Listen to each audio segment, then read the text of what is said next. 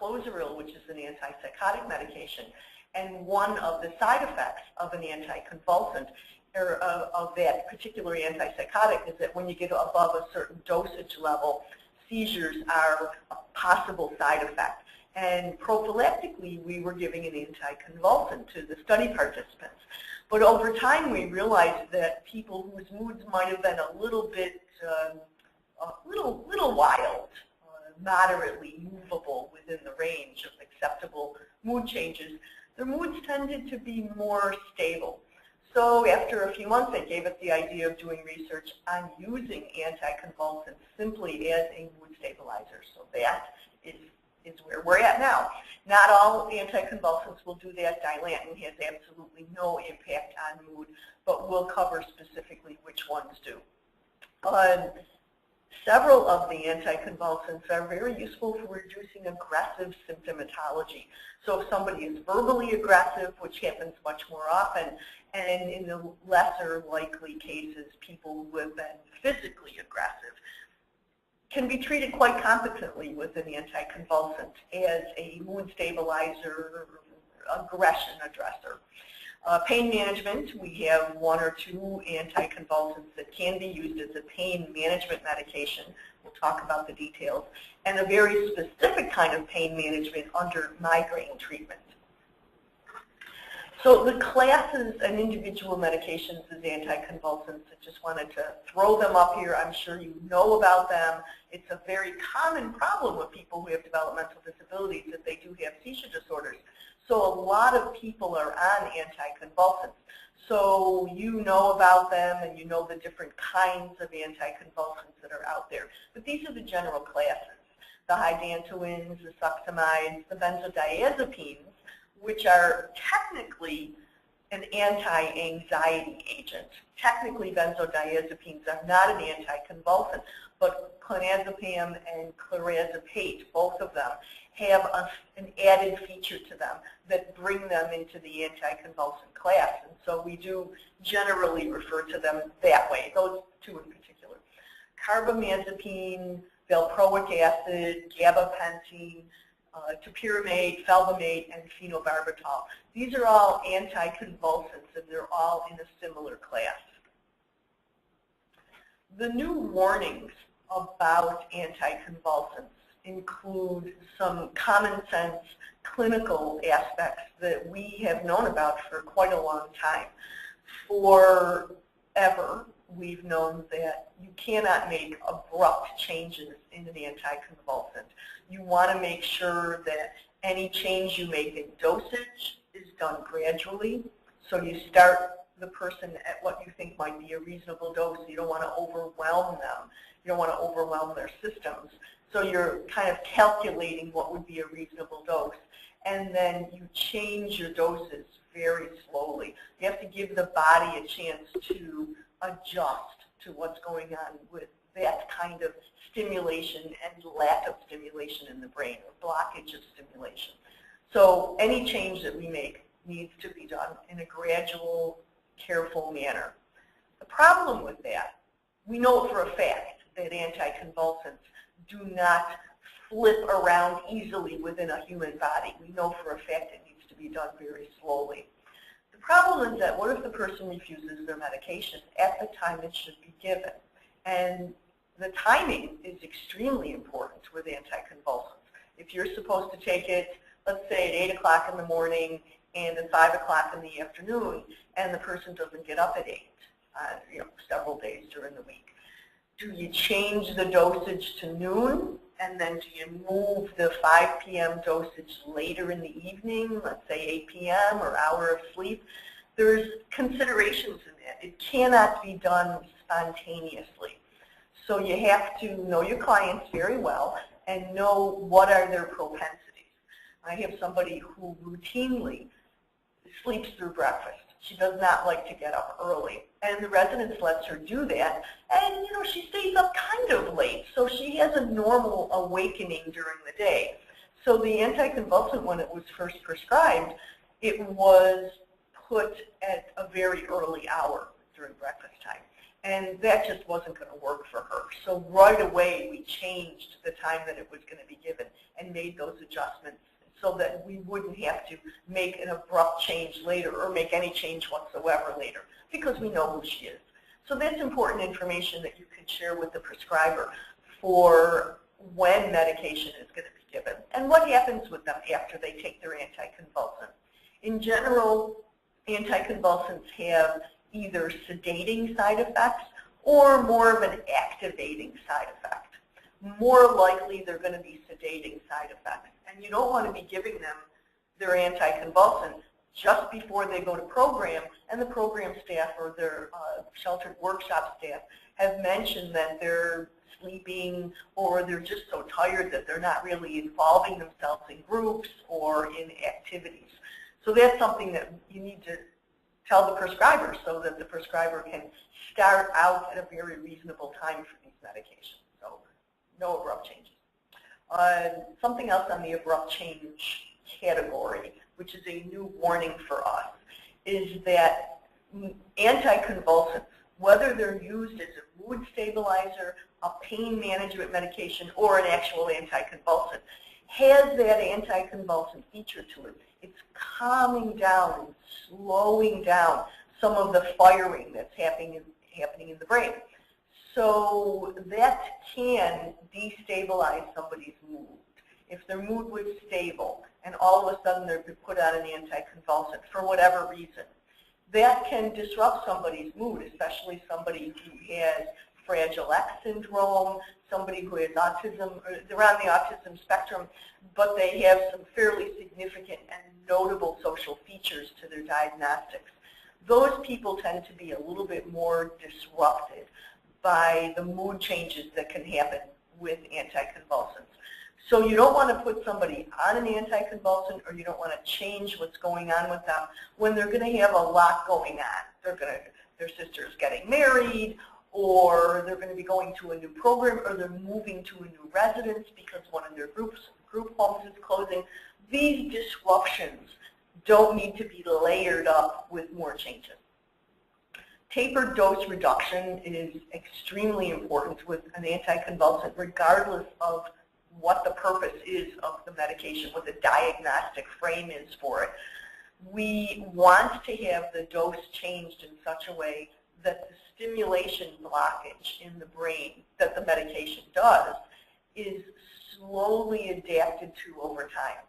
So when you have somebody on a particular anticonvulsant, and let's say they're having sedating side effects, and it's interfering with their functioning, and they're not having the diagnostic framework for which you are giving the anticonvulsant, mood stabilization, pain management, or for actual seizure disorder. You want to bring that dose down very slowly. If you bring it down too quickly, the person can have an overstimulation in their brain, and whatever you were giving that medication for will happen, even though might be a small dosage change.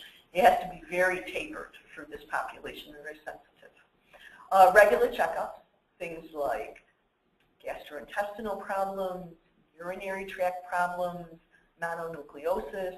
I have somebody who recently was diagnosed with liver cirrhosis. He's only 17, but it is a result of all of the medications that he's been on, and his liver was already not in tip-top shape, which is not unusual for him. He's on the autism spectrum. So I want to know how well that liver is functioning. So I need liver function tests. Most of our medications are metabolized through the liver. That means the liver's got to be working very well in order for us to give the medication and know that it's being absorbed, metabolized, it's going where it needs to go, it's doing what it needs to do, and it's being excreted from the body properly. So regular checkups important. Not easy to do with some people that refuse regular blood work and regular physical exams, but make it as easy as possible for the individual. And if you can't do everything at once because it's uncomfortable for the individual, then do it in pieces. One day they'll give a urine sample. Several weeks later they might have their blood drawn for some reason, or they'll have some support around any difficult testing for them. so that they can get through it as comfortably as possible. It's the information that we really need to keep them safe and healthy. When you take an anticonvulsant, regardless of the reason you're taking it, it can affect other test results. So it's always good to tell the people who are drawing the blood to write on the lab slip or to write on the lab results so that the clinician who is prescribing can tell what's going on. Have they had breakfast, lunch, dinner? What other medications are they on? Because it makes a difference. Like, have they recently received a pain medication? That can very much change a liver function test. And people don't often think about that. They're just happy that the pain is being managed, but on an ongoing basis that can challenge a liver, and I need the liver function test to be as accurate as possible. There are drug interactions with anticonvulsants, regardless of the reason you're giving it. Other central nervous system medications can interact with an anticonvulsant. So you might be doubling up on sedating side effects. Something to know about ahead of time. You don't want to do that unless you really need that sedating side effect to help that person get sufficient rest. You also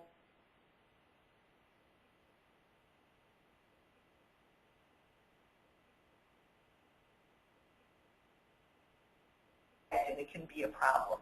And that's something that it depends on the person's metabolism. For example, if they just had surgery and they've had anesthesia, but they are also on pain medication, that can slow down the metabolism of their body in general, but it's certainly going to slow down their gut. So any gastrointestinal metabolism of any medication is not going to be as efficient. So if the metabolism of the medication is slowed down because of another medication, either because the gastrointestinal system has been modified or mitigated in some way, it's not metabolizing things as well, things are not being absorbed as well through the wall of the bowel, or because there is what we call a cytochrome P450 issue. Cytochrome P450 is it's an enzyme, a liver enzyme, and it can be activated by certain medications, which means that the liver is going to clean up that medication and get it out of that person's system very quickly. And sometimes it can do it too quickly if the medications are interacting. So you're giving a medication, let's say for pain, and you're giving an anticonvulsant that accelerates the cytochrome P450 that's used to metabolize that pain medication. So you're giving them a pain medication, and the anticonvulsant is ripping it out of their system as fast as you can give it. And it seems like the pain medication is not effective, when really what you have is a drug interaction. And for the most part, pharmacies are right on top of that, and they'll tell you, gee, these medications do not mix well, or you're going to have a dosage change that needs to take place because of these co-administered medications. But people who have developmental disabilities are different. They're built different, they're wired different, they're more sensitive. Their lab results might not be as unusual as you would see in people who don't have a developmental disability, but it could still affect what's going on. And the gastrointestinal and the liver problems are really right out there in terms of how is this medication going to be metabolized. So something to pay attention to. Some recent warnings that have come out from the FDA and in research in general is that some anticonvulsants, and it varies with the individual, can increase suicidal ideation and some suicidal behaviors. And we have to be careful about these new warnings, because these warnings, if any of you are hearkening back to the late 1980s or the early 1990s, these warnings came out about selective serotonin reuptake inhibitors, the new antidepressants. The first one out was Prozac. Next one was Paxil, Zoloft. They're medications that you cannot overdose on. You take too much, you're going to be uncomfortable, but you're not going to kill yourself. And at the time, in the late 80s, the only antidepressants we had were tricyclic antidepressants that you can overdose on and kill yourself extremely easily, and monoamine oxidase inhibitors, MAOIs, that you have to be on a very special diet for, and if you don't adhere to special diet, you can shoot your blood pressure up in what's called a hypertensive crisis, and you'll stroke and die, or you'll stroke and disable. So those two situations were difficult antidepressants to put somebody in who was lethal. So you would only give them 2 or 3 days of medication, you'd have them come back and you give them more because you didn't want to overdose with the tricyclics. And you didn't want people on Maui's to be having a piece of pizza or macaroni and cheese, things that you cannot have on this special diet. So in 1988, when Prozac came out and there was no overdose potential, everybody we had, every therapist I know who had lethally depressed people on their caseloads, put those people on Prozac.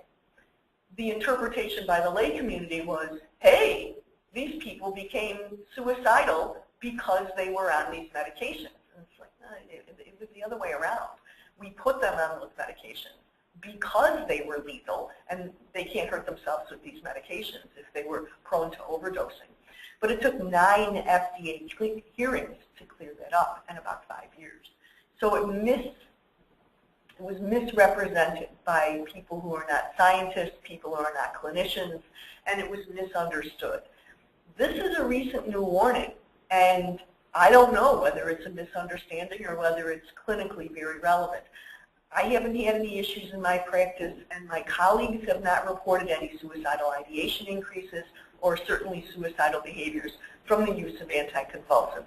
But it's out there, and I wanted to let you know about it, because the use of anticonvulsants is so common in this population. So let's talk about the anticonvulsant side effects. By law in the United States, the Food and Drug Administration requires that when the research is being done on a new medication, the phase 3 human research trials, before it gets put on the market, you're very careful when you're doing research with medication about documenting all of the side effects that somebody has. And by law, if 1% of those people who are in those phase 3 trials have any side effect, it must be listed as a side effect of the medication. But these anticonvulsants have been around for a very long time, and they haven't been in phase 3 trials for a long time. So we fairly know that these side effects are legitimate. They're just not blips from the research environment. There are behavior changes. Sometimes that can be because of slight mood destabilization. It can be because of the sedation or the activation side effects. So you know that there are going to be some behavior changes. You have to watch for it and measure it, make sure it's not extreme. There are some oral impacts. The anticonvulsants can dry out the mucous membranes and cause gingivitis or exacerbate a very delicate oral situation. The other, Dr. Triggerboff, and I have a number of people we've consulted with who have had very painful dental experiences. And it's just the pain receptors in their mouths have been very much challenged.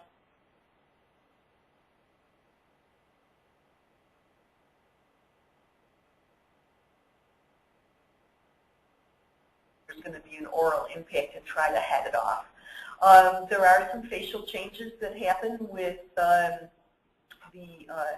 anticonvulsants.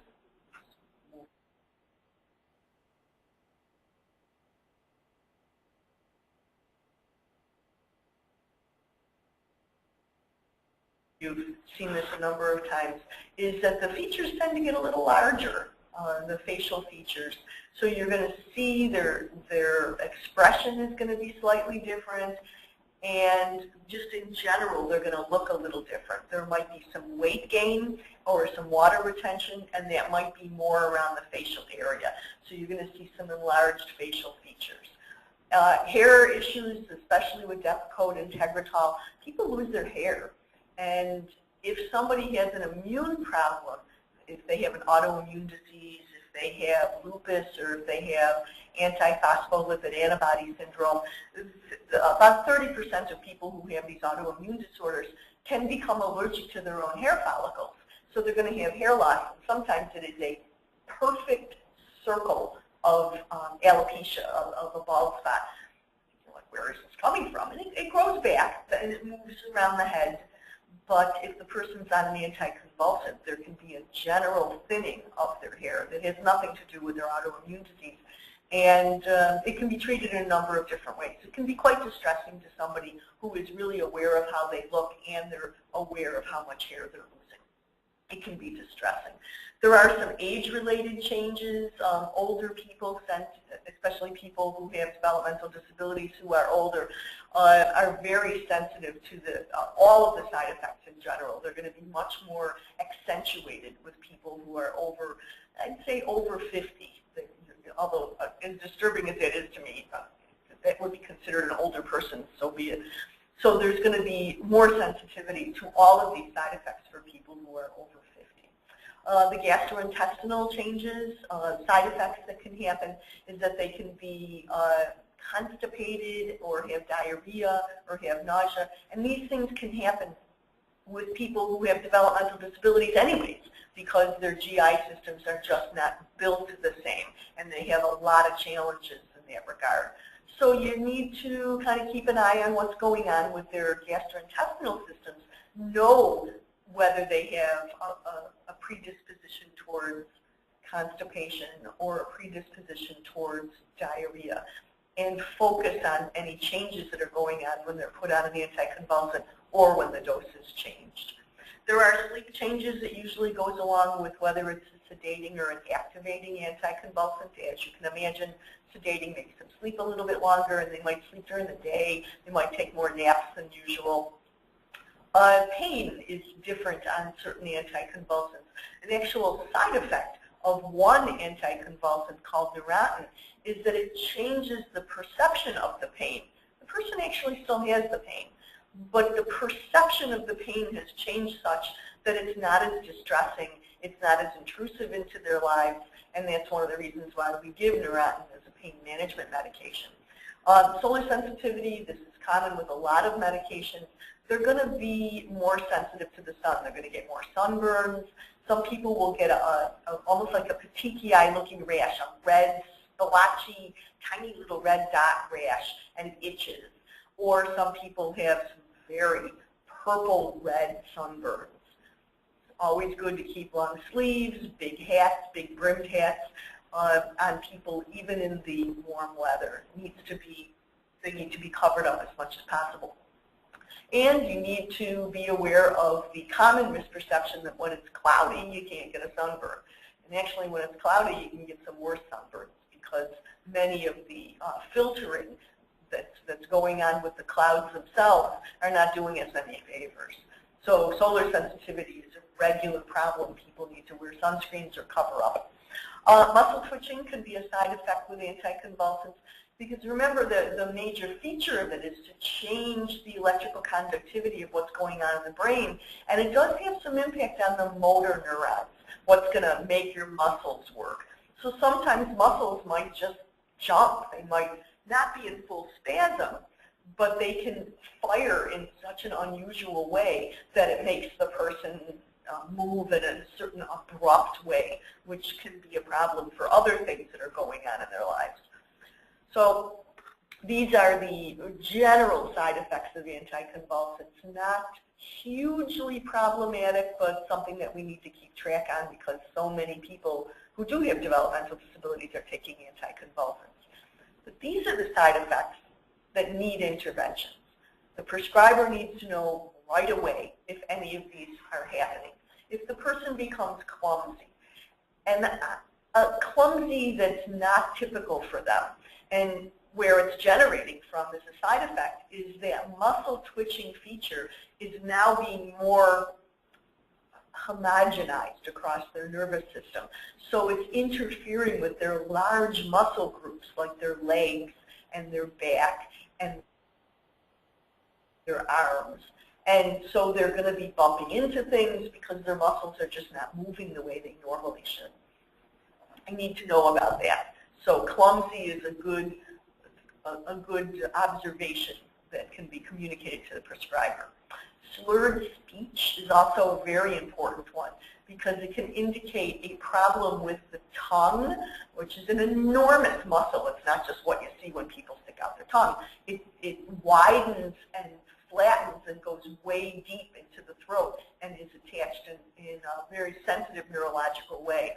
And when somebody's having a reaction, their tongue can feel like it's swollen, when really what's happening is the tongue is going into spasm. And if it's not real pliable as a tongue, the speech is not going to be very distinct because it's not, the tongue is not moving the way it should around all of the phonemes. So slurred speech can mean that there's a problem with the tongue, which indicates an allergic reaction or a spastic response of some kind. But it also can indicate that there might be some cranial impact to what's going on, that the person is having some firing in the portion of their brain that's controlling some of their speech. And they might even sound like they're drunk. So if you have somebody who's slurring their speech like they're drunk, they might be drunk because we know that alcohol abuse is rampant in this population, in any population, but especially with anybody who has a developmental disability that is self-medicating with alcohol. A topic for another day. But that slurred speech, if they're not imbibing alcohol, could certainly be a pretty serious side effect of their anticonvulsant, and the prescriber needs to know about it immediately.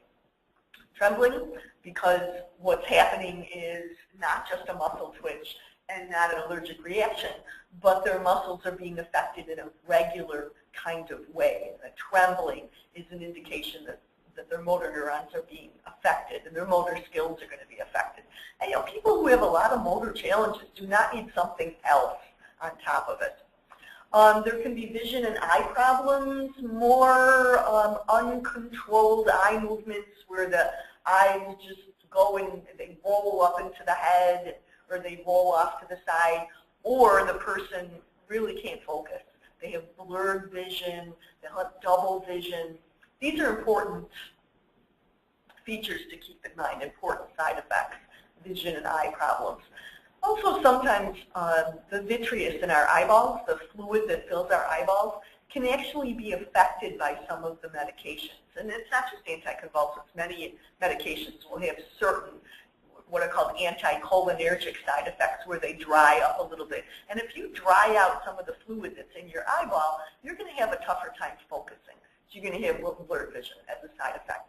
Not damaging to the eye, but very frustrating to the individual and frightening. And we need to take care of that. There can be mood changes, like I mentioned before. There can be a destabilization of the mood in such a way that the person is crabby all of a sudden, and they're usually a bright, sunny person, or they're talking a little too fast and a little too loud. It might be a little hyper-elevated mood, a little hypomania. Those mood changes need to be paid attention to. And of course, depression. I don't see it all that often, but I do have colleagues who've told me that they have, when people have been destabilized with their mood, because the sedating side effects are usually a relief because the person has been having trouble sleeping for whatever reason, from pain or from adjustment disorder of some kind. So the sleep has been welcome, but after a while, you notice that the other mood experiences they're having are also in the depressive mode, and that the sleep changes actually reflect a depressive symptomatology. So that's a problem that needs to be addressed. Bone mass. Most of the anticonvulsants have as an unusual side effect that they will promote osteoporosis. So people who are on anticonvulsants really need to have their bone mass checked annually. It needs to be part of their physical. With females, it's not that difficult because usually it's done at OBGYN appointments. If they attend their OBGYN appointments, they'll check bone mass right there. But in general, people need to have their bone mass checked. And there's a couple of very easy ways to do it. The easiest is a machine where you put the heel of your foot in the machine, and it just reads the bone mass, the percentage of density that's going on with your bone. There's also one that looks like an X-ray machine. You lay on a table, and it has a large overlay, and it slides over you down your body, and it reads your bone density and gives you an idea of what's going on. I had somebody who was on for pain management was put on Neurontin, and she just had gone to her OBGYN appointment before we put her on Neurontin, and she had her bone mass checked and it was fine. And she was on the Neurontin for 13 months when she happened to have her next OBGYN appointment, and they checked her bone mass again, and it was down by 13%.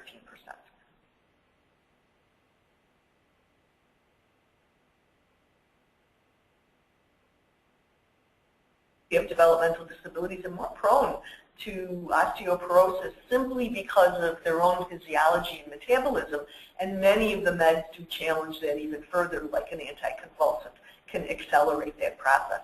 Once you get into late-stage osteoporosis, which is the only stage at which you can feel something, it's too late. It's very difficult and very painful. So that's why we want to have the bone mass checked on a regular basis.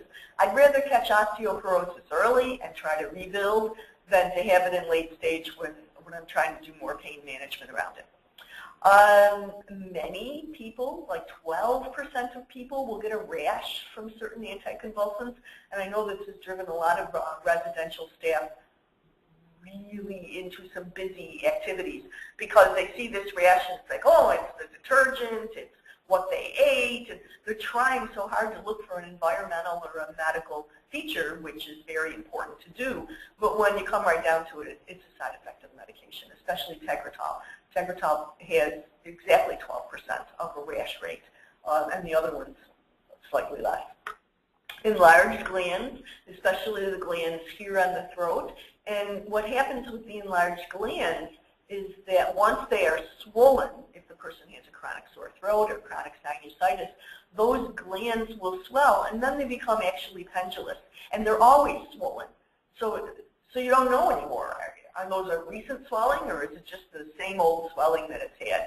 So it's important to pay attention to people when they have swollen glands. Muscle weakness, because the firing of the neurons in the brain have been adjusted by the anticonvulsant. So there might be some muscle weakness when there's a blockage of the firing or an overfiring and the muscle just says, oh, that's it, I'm not doing any more of that. So the muscle weakness, especially if it's on one side or the other, needs to be tracked. And fever. And it's not just a low-grade fever. It can be a fairly substantial fever. It needs to be kept in close monitoring for needed intervention. You really need to pay attention to that. There are newer preparations, and it's called the technology, and we have had to have a number of different technologies. We've had tablets for a very long time where they condense the actual active substance in with a substrate. So, some powdery substance that can be crunched in and hold the medication and then release it in a tablet, once the tablet has been ingested, and release it at a regular pace. So we've had tablets and capsules for a very long time. We do have an interesting new capsule that some of the anticonvulsants can be taken with. It's like a slow release. It's a capsule that has layers, and the inner layer has, there's medication, and then a layer of a capsule around it.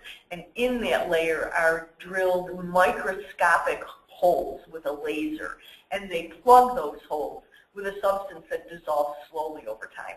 Then there's more medicine, and then there's another layer of a capsule that has those laser drilled holes that are plugged with a temporary substance that the body dissolves, and then the medicine slowly extracts.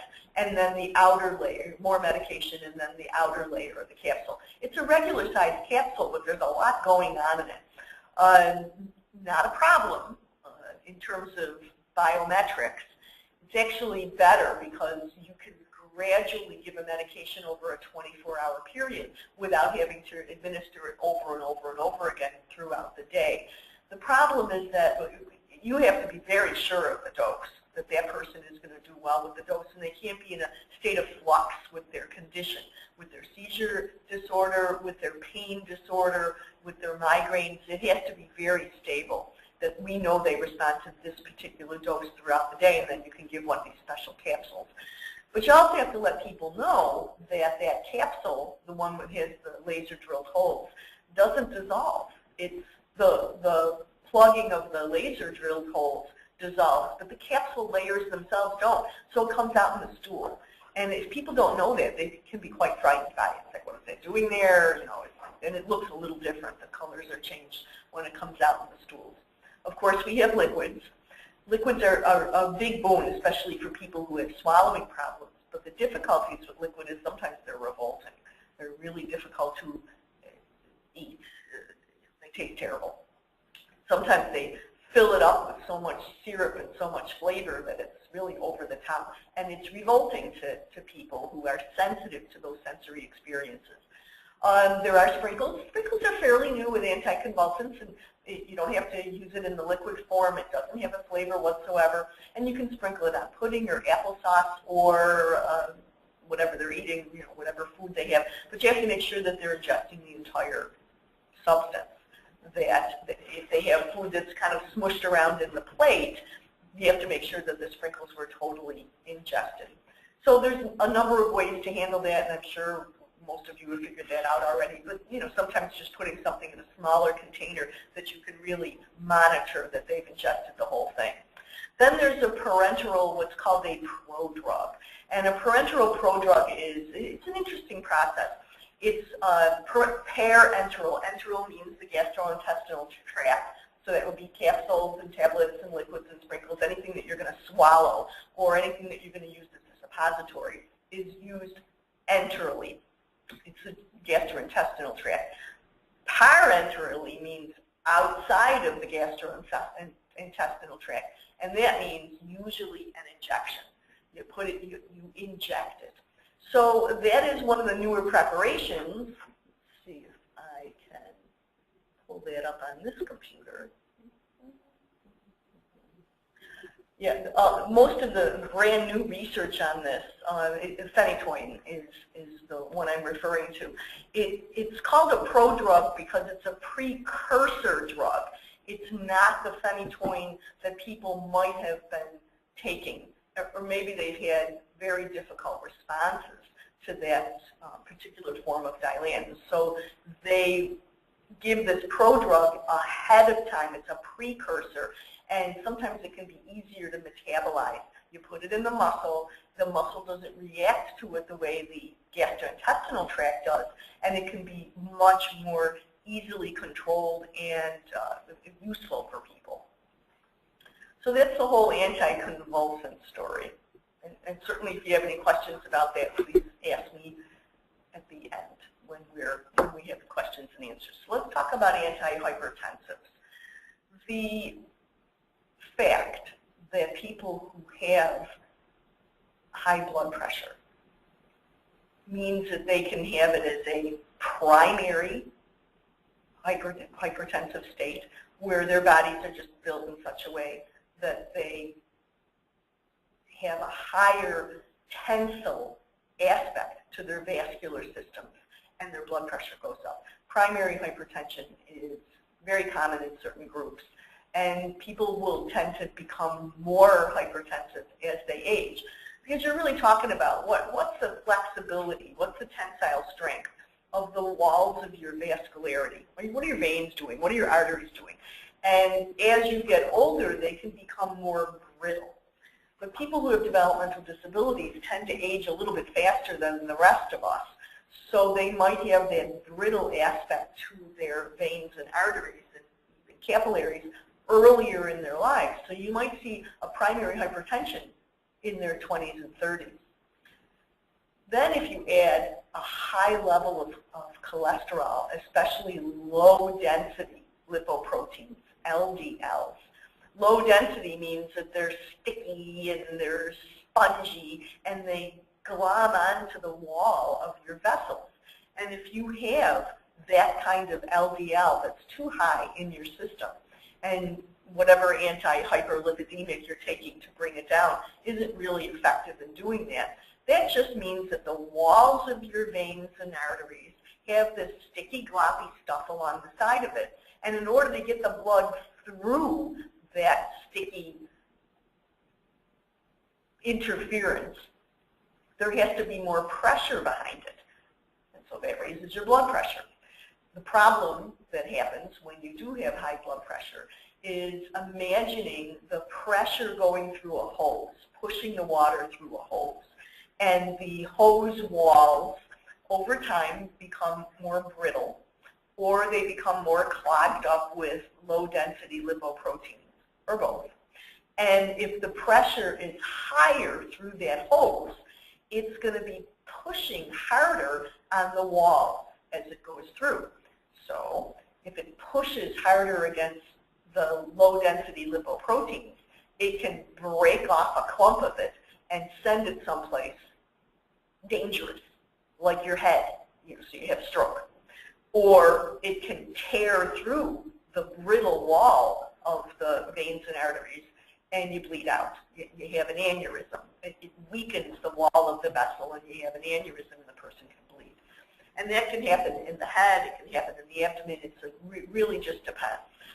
And the other issue about having high blood pressure is that you usually don't get symptoms of high blood pressure. Usually someone takes your blood pressure and they say, oh, your blood pressure's high.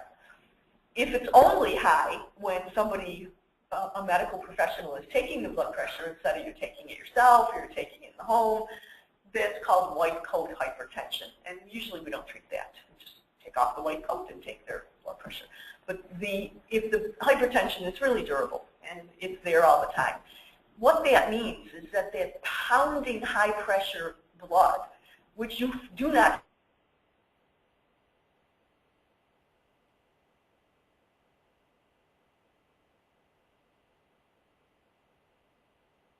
into the pathway of the blood so that it's blocking it a little bit or causing a vascular spasm of some kind that hurts. But that doesn't happen that often. What mostly happens is that you have that constant pounding of blood through very delicate tissues like your kidneys, and like your liver, and like your eye, and like your nerve endings. And so those organs and the vessels going through those organs are going to be damaged. And by the time you pick up on it, when the person is actually having a symptom of high blood pressure, the damage has already been done. And it's very hard to repair it, if you can repair it at all. So that's a long way of saying hypertension is really bad, and it needs to be addressed, and it needs to be on all the time. You need to track it and make sure it's effective. And some people's hypertensions are not responsive to one antihypertensive. So sometimes we give ones that have different pathways of action, and we're trying to get to it in a number of different ways. So let's talk about some of those mechanisms of action, because that can really save somebody's life in the long run. So what we're trying to do mainly with an anti-hypertension medication is to bring down the blood pressure. And there's lots of ways to do that, many ways around that particular problem. One way is to reduce the volume of the blood. And if you harken back, I remember the first time I did this explanation to somebody, they went, you mean like when barbers used to bleed people in the Middle Ages? It's like, well, it was probably one way to do it, one way to reduce the volume of the blood. But there's more effective chemical ways to do it without making the person hypovolemic, actually lowering the volume in their body. You're trying to reduce the blood volume that's going through at any particular pace. So you want it to be paced differently, and you want it to be all over the body in the same pace. So you don't want certain areas of the body to have these pressured areas. So that's one way, one mechanism of action of reducing the blood pressure. Another is to take a look at the vascular resistance. What's going on with your veins and your arteries? The walls of your veins and arteries provide a certain structure. That's what your blood goes through, like the wall of a hose. And if that wall is very rigid, or it's giving a lot of resistance, or it's in spasm a lot of the times people could have spasms along their vascular systems. And what that's going to do is it's going to increase the resistance against the blood that's going through the system. And one way to reduce people's blood pressure is to reduce that systemic vascular resistance, is to calm it down. Calm the vascular spasm, lower the tension that's going on in that system. So that's another way to do it. Totally different mechanism of action. Another way to do it is to reduce the cardiac output. what is coming out of your heart into your aorta and being shot through your system. But right there at where your heart is, if your cardiac output is really very over the top, then that needs to be reduced, because that increased pressure right there is going to weaken the vessels closest to the heart, which can cause an aneurysm, a abdominal aneurysm. Any weakness that's going on in those vessels will be exploited by a very high cardiac output. So you want to minimize that as much as possible, and there's another pathway to do that. Then there's parts of our brain that, and I'm sure you all know this, that control different parts of our body. There's the sympathetic nervous system, and there's the parasympathetic nervous system. And the sympathetic nervous system is kind of in charge of the autonomic outflow, what comes out of these areas automatically. That's what autonomic means. And if you control what's happening in the brain, the message that that nervous system gives all of the vascular system on how it's going to pump out that blood and how it's going to go. And even to some extent the spasticity of the vascular walls. So many different ways to accomplish the same thing. The action on the brain regions that controls the sympathetic automatic outflow, basically what that means is slow the flow so that you're not having things rushed and hurried and pressured through the system. So whenever you hear sympathetic automatic outflow, that's what they're really talking about. So there are some new uses for the antihypertensives that we've had around for a very long time.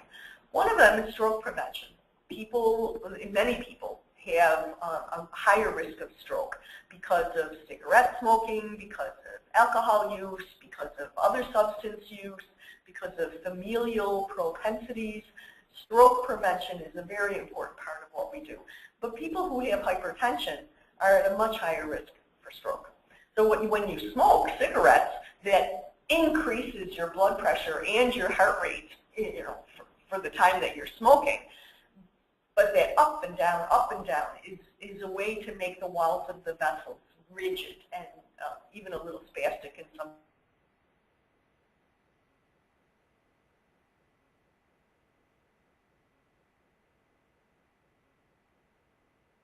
The features of a psychiatric symptomatology where people don't think as clearly or they can't process data as effectively. Nicotine, combustible nicotine, actually helps them do that for about 7 minutes. So it makes it very hard to give it up. Gee, should I think more clearly or should I quit smoking? So stroke prevention takes into account that you really should remove as many of the risk factors as you can. But some antihypertensives can be given to people to prevent that first stroke. And they might not even have a very durable and dangerously high level of blood pressure, but because they have other risk factors for stroke, people have been given antihypertensives. It's not a convenience. It actually has some problems for people. It can make people go to the bathroom much more often because some of them work by decreasing or increasing, I should say, the kidney activity. So you're going to produce more urine, and you're going to have to go to the bathroom more often. It's a diuretic. It pulls the water out of the system, which is one way to decrease the blood volume. Go up a little bit. That was the first mechanism of action that I mentioned, was reducing the blood volume. The way to do that is to pull some of the fluid out of the system, which is what some hypertensives do, but it makes the person go to the bathroom more often. So you don't want somebody to have an event like a enuresis, like they're wetting the bed. That makes them feel bad. And you don't want them to have an incontinence issue with urine, because then it becomes a placement issue, it becomes a workplace issue, a program issue, and of course how they feel about themselves. No one feels good when they're dribbling urine, or they don't realize that they have to go to the bathroom, or they have to go so urgently that it interferes with their functioning. So giving the antihypertensive, if it happens to have a diuretic action, Its focus is to reduce the blood volume. For stroke prevention, that's one of those things that you have to weigh in the balance. Is it really worth it? Is that person going to have difficulty with that process?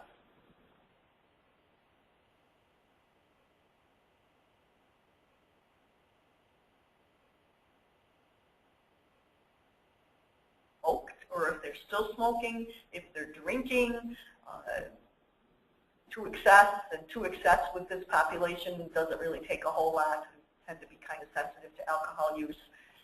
So again, you're going to have to balance what is the risk for an MI and what is the risk for side effects from the antihypertensives. There's been some use, some very robust studies done on using antihypertensives to minimize the onset of a new heart failure episode. So let's say somebody did have heart failure or heart block, and it was minor, but it's expected to happen again because their risk factors haven't changed. As a matter of fact, they've been accelerated because they've had this first event. And sometimes it's been able to delay the next event, or at least minimize it, so that the person is not as challenged by their cardiac symptoms. There is a way of, people who have developmental disabilities frequently will have kidney problems, and that problem is a gradual degradation of their glomerular filtration rate. That's what GFR stands for. Glomerular is a component of the kidneys, and how does it filter? How fast does it filter? And if you slow down the rate of degradation that the person has through their kidneys, through using antihypertensives, you'll be able to keep their kidneys healthier a lot longer. So they might not have high blood pressure. They might not have any issues in that regard. They don't have white coat hypertension. They don't have occasional hypertension. They don't have hypertension at all. But they might be put on an antihypertensive to try to keep their kidneys healthy as long as possible. What that does is it changes how hard the kidney has to work. And if somebody has a risk factor for some kidney decline, then that's a way to go with it. It's a very robust study, good results. Shaking leg syndrome is a side effect of a number of different medications, but it also can happen spontaneously, especially people who have spasticity issues. And it's the leg is moving and they can't stop. Not so much an issue during the day, but it's shaking and moving when they're trying to sleep. And it interrupts with their rest, it interrupts their deep sleep, so their entire sleep architecture can be destroyed by shaking leg syndrome. It burns off a lot of calories, and if you have somebody who's very spastic to begin with, they're burning off a lot of calories from their muscle spasms, and so they might become dangerously thin. So some antihypertensives have been very useful in treating shaking leg syndrome. Right from the very beginning, we've done this for many years. Inderal, which is an antihypertensive, and it has diuretic features to it, has been very useful in treating shaking leg syndrome. So, people have been on Inderal who don't have blood pressure issues, but they've had the shaking leg syndrome.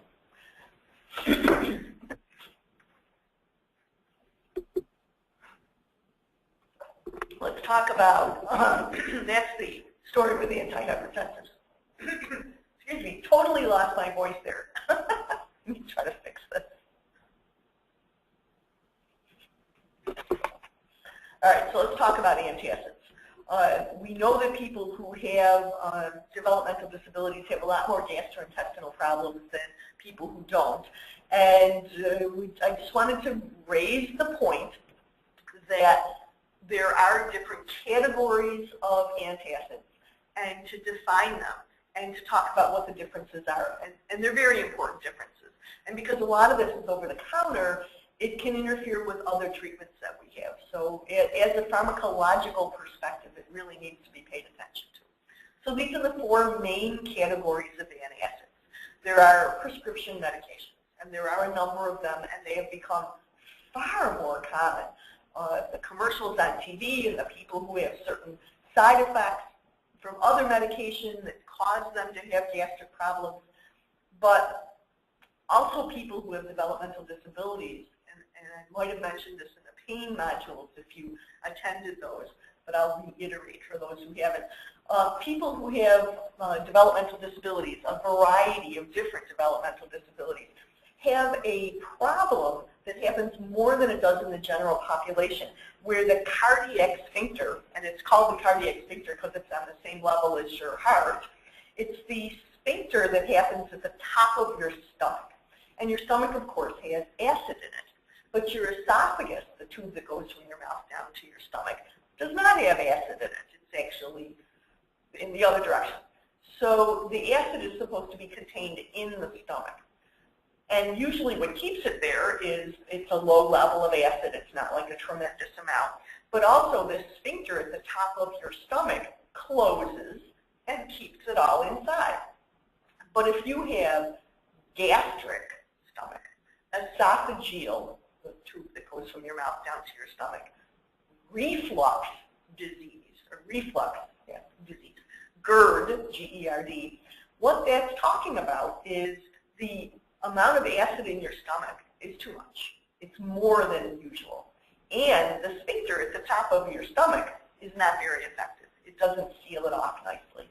So you have this extra acid that's being generated, and it ejects through this floppy sphincter into the base of the esophagus.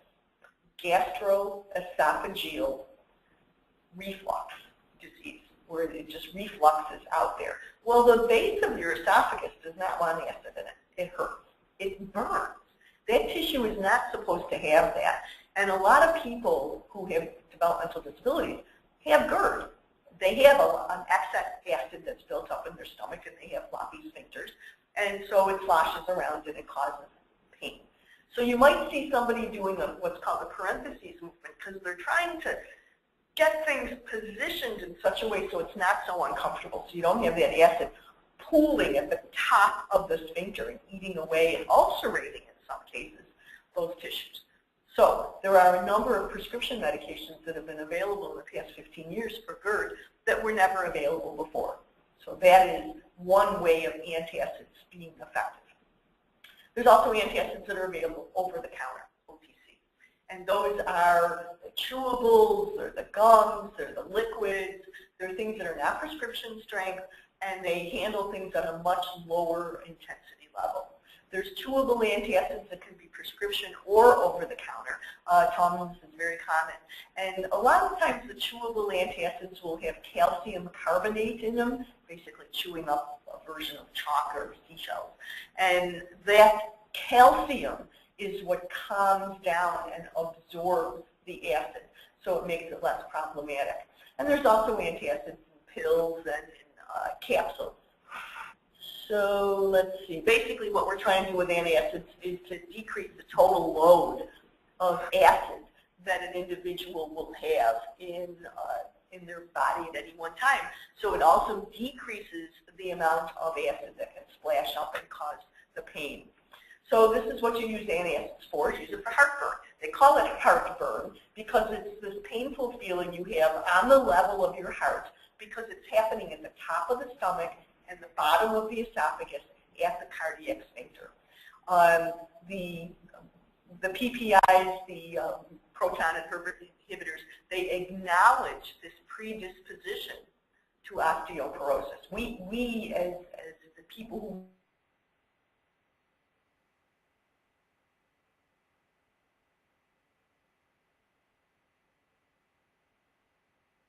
let's see.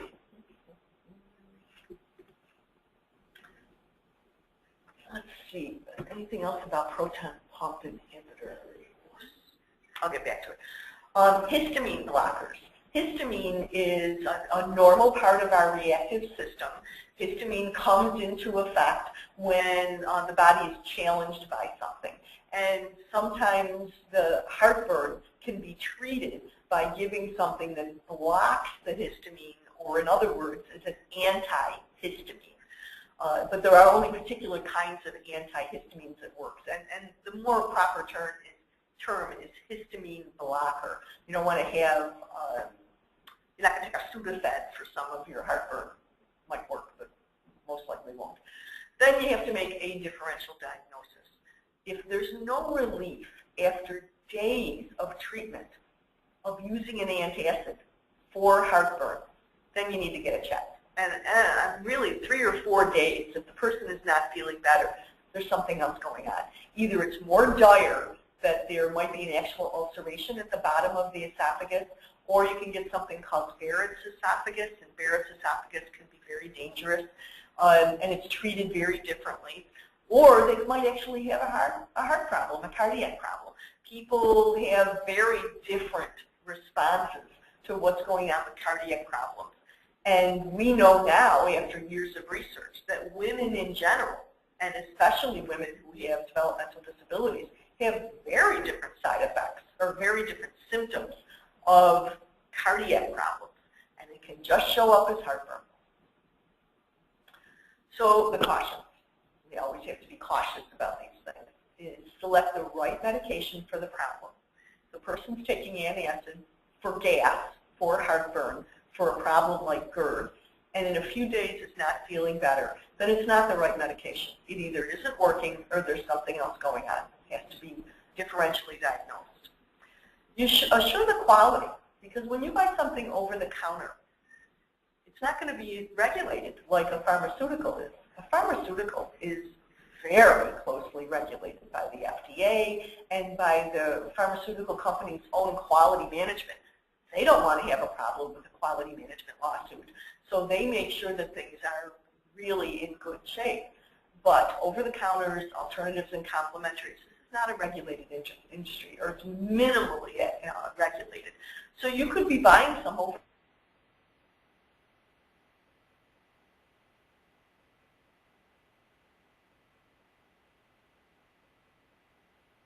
dirt from somebody's front lawn that they put in a beautiful box. And it looks lovely, but it's not very effective. So go with a source that's very reliable. Go with a source that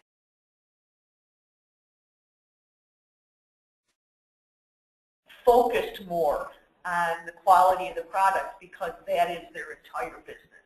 They're not just going to pick up and go someplace else and just design a different box for the product.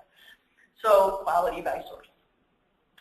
Exercise a great deal of care, because there are similar names for products that are very different. And that has caused some problems with the gastrointestinal medications that you can buy over the counter. Let's see. Give you a couple of examples here.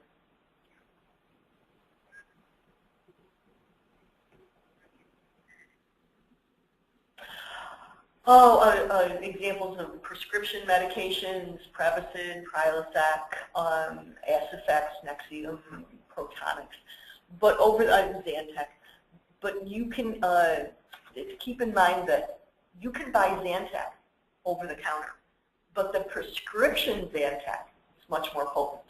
It's pharmaceutical grade as opposed to being over-the-counter grade.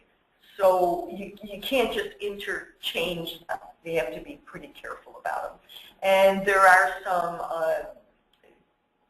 higher concentrations